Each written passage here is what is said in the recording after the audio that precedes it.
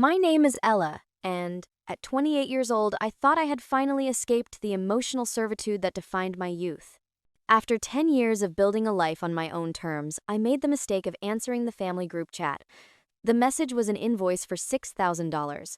When I questioned it, my sister Ashley simply replied, "You owe us." I stared at the screen, the glowing white text of the invoice hanging in the silence of my condo. 10:51 p.m. The request wasn't just for money. It was for a piece of my future demanded by a past I had worked meticulously to escape. 2 years of peace, shattered by an entitled text message. I didn't cry. I didn't feel the hot sting of anger in my chest. The feeling that rose within me was cold, crystalline, and sharp. It was clarity. For years, I had been the silent investor in their version of family funding their emotional deficits and logistical nightmares with my time, my energy, and my money.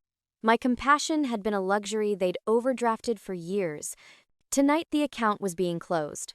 I walked to my home office and opened my laptop.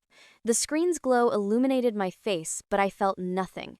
My fingers moved across the keyboard with a purpose they hadn't known before.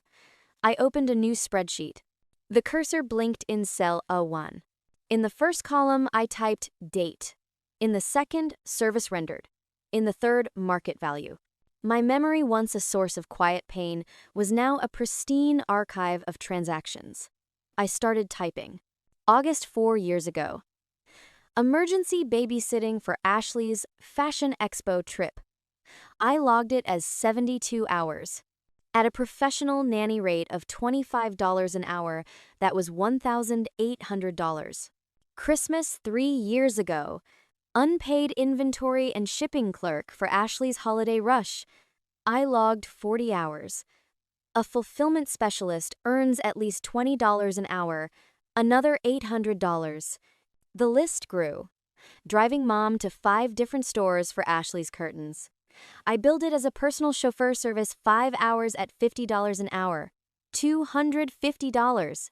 The $2,000 I loaned Ashley for her first website design, a debt she conveniently forgot as soon as the site went live. The $800 I paid to fix Dad's car 2 winters ago when he couldn't afford the repair. I added plane tickets for family emergencies that were never emergencies, catered dinners I'd paid for that they barely acknowledged, graduation gifts, birthday gifts, and the constant draining emotional labor of being their perpetual, on-call problem solver. I assigned a conservative value to everything. This wasn't about revenge, it was accounting. At 11:58 p.m., I clicked the sum function. The final number glowed at the bottom of the spreadsheet, $14,250. I saved the file as Ledger, Clark Family, Outstanding, PDF. I returned to the family group chat. The message from Ashley was still there, expectant and demanding. I tapped the paperclip icon and attached the PDF. Then I typed a single, calm sentence. Regarding your invoice for $6,000, please see the attached statement of your outstanding balance with me. Once my much larger invoice is settled in full, I would be happy to discuss extending you a new line of credit. Terms and conditions to be determined. I hit send at 12:03 a.m. My phone immediately began to vibrate, a frantic buzzing seizure on the marble countertop. Ashley. Mom. Then Dad, a rare participant. A flurry of notifications lit up the screen. What is this? Is this a joke, Ella? You need to call me right now. I didn't answer a single one. I silenced my phone and poured a glass of water, my hand perfectly steady. I rubbed my eyes, trying to summon a shred of guilt or regret, but there was only clarity. They weren't shocked by what they'd done. They were shocked I'd finally sent them the bill. This wasn't a breakdown. It was a balance sheet. And for the first time in my life, I was on the right side of the ledger. I woke the next morning to the persistent buzz of my silenced phone on the nightstand. 27 missed calls. 43 new text messages. The sun was streaming through my blinds, casting stripes of light across the floor, but the digital onslaught felt like a storm cloud gathering just for me. I didn't check the messages. I didn't need to. I already knew their contents by heart, a rotating script of disbelief, outrage, and accusations of selfishness. Instead, I made coffee, the familiar aroma grounding me in the present in this life I had built for myself brick by painful brick. As the coffee brewed, the memories that fueled last night's spreadsheet began to surface not as painful wounds, but as cold, hard evidence. I remembered standing in my parents' kitchen 2 years ago, the scent of roast chicken and cherry pie thick in the air, food I had spent all morning preparing. I got a promotion. I'd announced to the room, my voice clear but not loud. Senior clinical specialist. They're transferring me to the Raleigh office. No one had looked up. The drone of the baseball game on TV, Ashley's live stream sales pitched to her followers' mom chasing one of the kids through the hallway, my life-altering news evaporated into the household noise completely unheard. I remembered the hollow feeling in my chest, the familiar disappointment that had grown so common it no longer surprised me. It wasn't that they were just distracted. It was that my life, my accomplishments were simply not on their frequency. Ashley's $2,000 sales day, announced minutes later, was met with cheers and beaming smiles.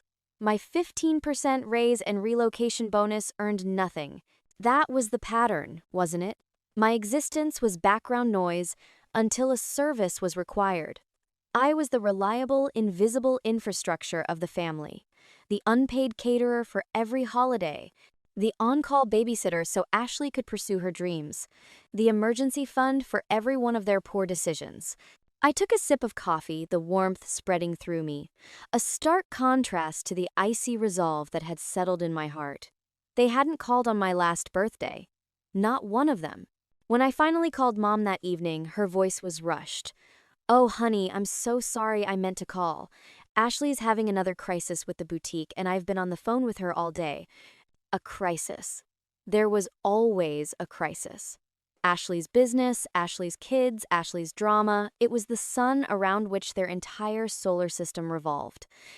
I was a distant cold moon only noticed when my gravitational pull could be used to solve one of their problems. Last night wasn't an isolated incident. It was the culmination of a lifetime of transactions where I was the only one paying. My ledger wasn't an act of revenge. It was a declaration of existence. It was proof that my time, my labor, and my money had value even if they had never seen it. For the first time, I wasn't just asking to be seen. I was demanding to be paid. The barrage of texts and calls continued for 2 days. When their initial shock and anger failed to get a response, the strategy shifted. On the third morning, my phone rang. It was Mom. This time, I answered, putting the call on speaker as I watered my plants. "Ella, oh thank God," you answered. "I've been so worried." Her voice was thick, with manufactured tears, a tone I recognized as her opening salvo in any campaign of guilt. "I'm fine, Mom," I said, my voice neutral. "Fine? How can you be fine? Your sister is a wreck. She hasn't slept. Do you have any idea what you've done to her?" I trimmed a dead leaf from my monstera. I sent her a statement of services rendered. It's a standard business practice. Business. This is family. The tears were gone now, replaced by a sharp, wounded edge. "After everything we've done for you, we raised you, we fed you, we gave you a home.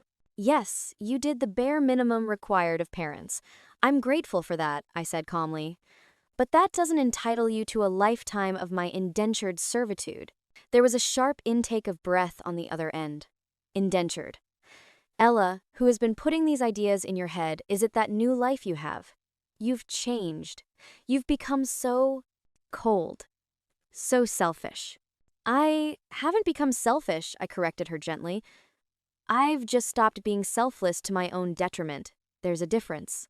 "Your sister needs you," she pleaded, her voice dropping to a conspiratorial whisper. "The boutique failed Ella. She's in a terrible amount of debt. We were just hoping, with your new job and that big promotion, you could help her. Help us." And there it was. The truth, wrapped in a blanket of emotional blackmail. My success wasn't a cause for their celebration. It was a resource for their exploitation. "My finances are my own, Mom."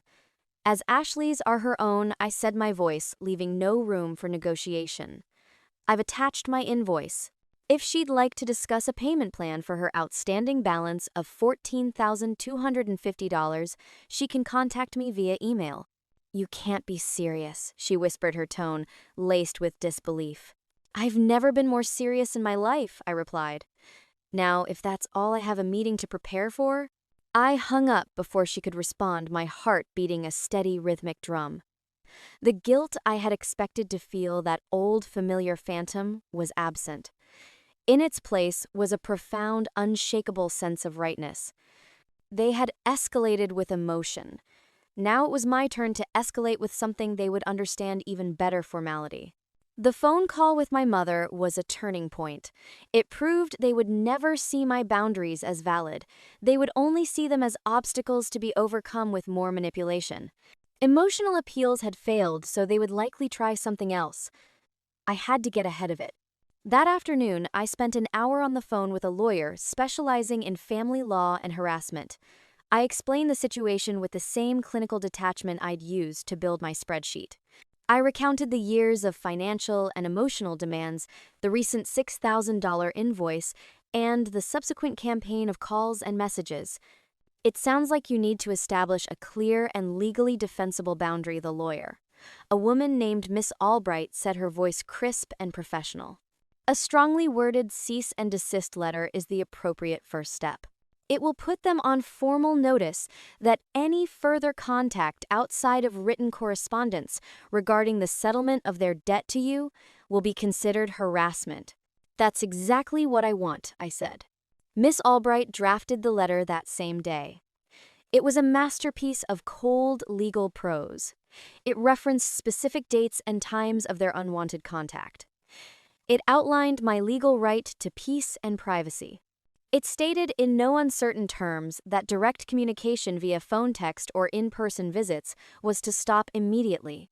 All future correspondence was to be directed to her office. I read the draft and a sense of profound relief washed over me. This document was the armor I'd never had. It took my personal no and transformed it into a legal barricade. I had her send it via certified mail to my parents' house and to Ashley's address. The silence that followed was immediate and absolute. For a full week, my phone didn't ring. No notifications lit up my screen. The quiet was so complete it was almost jarring. For a moment, I allowed myself to hope that it was over, that the stark finality of a legal document had finally gotten the message through their thick wall of entitlement. I should have known better. They weren't retreating. They were just regrouping for a more desperate, more dangerous assault. The quiet lasted 9 days. On the 10th day, I was in a meeting at work when my phone vibrated with an alert from my credit monitoring service. I glanced down, expecting it to be a routine score update. The text on the screen made my blood run cold. Fraud alert. A credit card application with a $20,000 limit was submitted in your name with Capital One. If this was not you, please contact us immediately. My breath caught in my chest. It took a moment for my brain to process the information. I excused myself from the meeting, my hands shaking slightly, as I stepped into the hallway and dialed the number. The automated system confirmed the details: an online application submitted 20 minutes ago using my name, my social security number, and my date of birth. The only piece of information that wasn't mine was the mailing address. It was Ashley's. The clarity I had felt before returned, but this time it was razor-sharp, honed to a lethal point. This wasn't just manipulation anymore. This wasn't emotional blackmail. This was a felony. My sister, in her desperation, had committed identity theft. All the years of her taking my time, my energy, my money, my clothes from my closet when we were teenagers had led to this. She had finally decided to take my name, my credit, my entire financial identity. She believed she was entitled to it, just like she was entitled to everything else. The bank representative on the phone was asking me if I wanted to file a police report. Yes, I said, my voice low and steady. Yes, I do. But not just yet. First, I need to make a phone call. The anger wasn't hot and explosive. It was glacial. It was the kind of anger that doesn't scream but methodically and completely destroys. They had crossed a line from which there was no return. They thought I was a resource. They were about to find out I was a reckoning. I didn't call the police. Not yet. I went home and opened my laptop. I took screenshots of the fraud alert and the confirmation email from the bank. I saved the audio recording of my call with the fraud department. I gathered my evidence like a prosecutor building an airtight case. Then I initiated a conference call to my mother, my father, and Ashley. It took them a moment to realize they were all on the same line. "What is this?" Ella, my mother, asked, her voice wary. "I'm glad I got you all at once. It saves me the trouble of repeating myself." I began my tone as flat and sterile as a hospital corridor. At 2:17 this afternoon, someone applied for a Capital One credit card with a $20,000 limit, using my name, my social security number, and my date of birth. The application listed the primary mailing address as 123 Oak Street. Silence. I let it stretch thick and suffocating. I knew that was Ashley's address. They knew it too. "Ashley," I said, my voice dropping, "did you have something you wanted to tell me?" A choked sob came from her end of the line. I didn't know what else to do. "We're desperate, Ella. I was going to pay it back." "You committed multiple felonies," I stated, cutting through her pathetic excuse. "Identity theft, credit card fraud. You were willing to ruin my financial future to solve your temporary problem." "Ella, sweetheart," my father finally spoke, his voice strained. "She's your sister. She made a mistake." This wasn't a mistake. I snapped the ice in my voice, cracking just enough to show the fury beneath. It was a calculated decision, and it has consequences. I paused, letting the weight of my words land.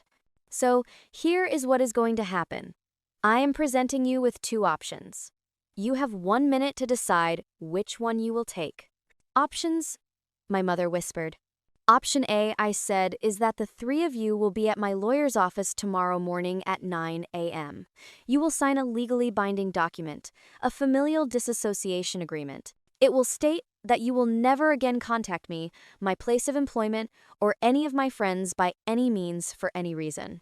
It will also acknowledge your $14,000 debt to me, which I will agree to forgive in exchange for your permanent and total absence from my life. If you choose this option, I will not press charges." I let that sink in. "And option B, Dad?" asked, his voice barely audible. "Option B is I hang up this phone call, the Raleigh Police Department, and hand over my file of evidence. A warrant will be issued for Ashley's arrest. She will face years in prison, and I will do everything in my power to ensure she is prosecuted to the fullest extent of the law. You have 50 seconds left to choose." The other end of the line was a chaotic mix of panicked whispers and sobs. They had spent my entire life holding all the power, leveraging my love and sense of duty against me. But in one desperate criminal act, they had handed me all the cards. They were no longer my family demanding help. They were perpetrators begging for mercy from their victim. "We'll be there," my father said, his voice heavy with defeat. "We'll sign the papers." I didn't say goodbye. I didn't say another word. I just ended the call. The next morning, they were at Miss Albright's office at 8:45. They looked smaller, diminished under the fluorescent lights of the conference room. My mother's eyes were red-rimmed, my father's face was a gray mask of resignation, and Ashley stared at the polished surface of the table, unable to meet my gaze. I didn't speak to them. I let Miss Albright handle everything. She explained the terms of the agreement with brutal clarity. They would have no claim on me, and I would have no claim on them. We were in the eyes of the law strangers. They signed, their hands trembling slightly. My father pushed the documents across the table, and for the first time in my life, I saw him not as a father, but as a defeated man who had enabled his family's toxicity for far too long. When it was done, they left without a word. I watched them go from the window, 3 people walking away from a life they had systematically tried to drain. I didn't feel triumph. I didn't feel sadness. I felt nothing but the quiet, clean emptiness of a space that has finally been cleared of clutter. Months have passed. The silence that followed is no longer jarring. It's peaceful. It's the sound of my life uninterrupted. My phone no longer feels like a potential landmine. My mornings are mine. My money is mine. My future is mine. The hole they left in my life was not a wound. It was a space that has since been filled with genuine friendships, a loving relationship, and the simple, profound joy of being the sole author of my own story. Sometimes I think about the choice I made. They pushed me to a point where my only options were to either be consumed or to cut the cord completely. I chose to save myself. If you were me, if your family ignored you for years but came back only for money, what would you do? A. Help them out of family loyalty. B. Refuse but stay in touch. C. Cut them off completely to protect your peace. Comment your choice below, because sometimes the hardest thing isn't forgiving them, it's finally stopping yourself from waiting for them to change.